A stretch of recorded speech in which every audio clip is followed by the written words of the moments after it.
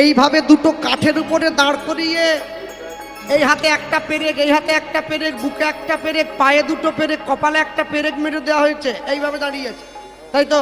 কে? যীশুখ্রিস্ট। তাহলে 5টা পেরেক মেরে দিয়েছে যার গায়ে, তাকে তোমরা ভগবান বানিয়ে দিলে। আজ থেকে 5,500 বছর বেশি আগে কুরুক্ষেত্রের মাঠে পিতামহ ভীষ্মকে যে অর্জুন তীরের ওপরে শুইয়ে রেখেছিল, তাকে তোমরা কি বানাবে? মনে রাখবে, সনাতন ধর্মে যাদের জন্ম হয়েছে তারা কোনোভাবেই অন্য ধর্ম, নিজের ধর্ম পরিত্যাগ করবে না। নিজের ধর্মে মরণও ভালো, অপরের ধর্ম নকল করা মোটেই ভালো কাজ নয়। শ্রবাণু স্বধর্ম বিগুণৌ পরধর্মাৎ সনুষ্ঠিতাৎ স্বধর্মে নিধনং শ্রেয় পরধর্ম ভয়াবহ। আমেরিকার থেকে লক্ষ লক্ষ খ্রিস্টান এসে নবদ্বীপে মায়াপুরে ইস্কনে হরে কৃষ্ণ বলতে পারে, হরে কৃষ্ণ হরে কৃষ্ণ উচ্চারণই হয় না, তবু বলে। কেন জানেন?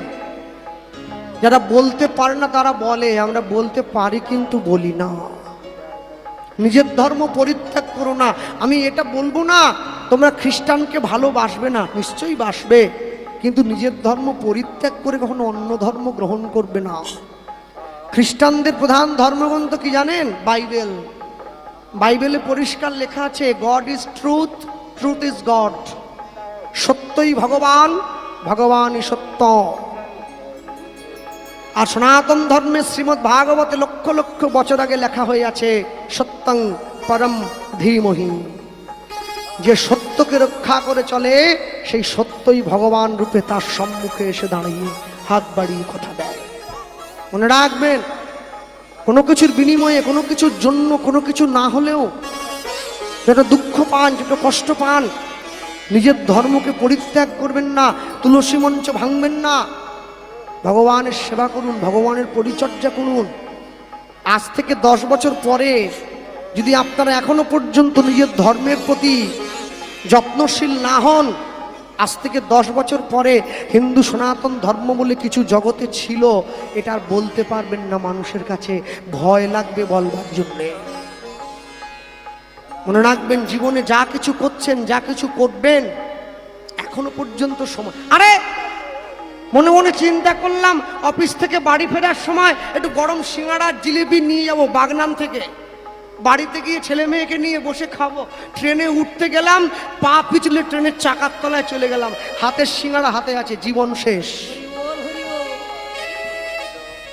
আর ইচ্ছা ছিল বাসে করে একটু ঘুরে আসি, বাস অ্যাক্সিডেন্ট হয়ে গেল, সব মরে গেল। আচ্ছা, অন্তত ট্রেনটা তো নিরাপদ। ওই যে করমণ্ডল সব শেষ হয়ে গেছে, লাস্টে বাকি ছিল এরোপ্লেন আহমেদাবাদ। যদিও বা কাশ্মীর গিয়ে পৌঁছালাম, আবার দেখতে শুনতে পাচ্ছি মুখের সামনে নাকি বন্দুক ধরে জিজ্ঞাসা করতেছে, নামাজ পড়তে পারো? বলে না, পারিনি বাবু। ব্যাস, ট্রেনে দিয়ে চলে গেছে, শেষ হয়ে গেছে। তা আমি বলি কি, হিন্দুদের উপরে বড় দুর্দিন নেমে আসতে চলেছে। ইংরেজ যখন ভারত থেকে চলে যায়, শুধু সোনা নিয়ে গেছে 800 জাহাজ। তারপরেও আমরা বেঁচে আছি। কেন জানো? একটা জিনিস জানবে, মুসলমানদের ধর্মগুরু হযরত মুহাম্মদ সাহেব তিনি বলেছিলেন, আমি আল্লাহ নই, আল্লাহর দূত। খ্রিস্টানদের ভগবান যীশু খ্রিস্ট তিনি বলেছিলেন, আমি ঈশ্বর নই, ঈশ্বরের সন্তান। কুরুক্ষেত্রের মাঠে দাঁড়িয়ে ভগবান শ্রীকৃষ্ণ অর্জুনকে বলেছিলেন, আমি স্বয়ং ভগবান। যার জন্যে কোর্টে গিয়ে লাল কাপড়ে মোড়া বইতে হাত দিয়ে শপথ করে, যাহা বলিব সত্য বলিব, সত্য ছাড়া মিথ্যা বলিব না। ওটা কোরআন নয়, ওটা বাইবেল নয়, ওটা শ্রীমদ্ ভগবত গীতা। যারা কোর্টে গীতা রেখেছে তারা জানে, ইহজগতের কোর্টে গীতায় হাত দিয়ে মিথ্যে বললেও তুমি মুক্তি পেয়ে যেতে পারো, ঈশ্বরের কোর্টে বিচারটা তোলা থাকবে। ঠিক সময়ে গিয়ে তোমাকে বিচারের ফলটা নিয়ে নিতে হবে। হরি বল, হরি বল। তাই খুব সাবধান। শোনো, তাকিয়ে দেখো, মুঘল সাম্রাজ্যের ঔরঙ্গজেবের 4 ভাই, ইতিহাস দারা, সুজা, মুরাদ, ঔরঙ্গজেব, তাই তো?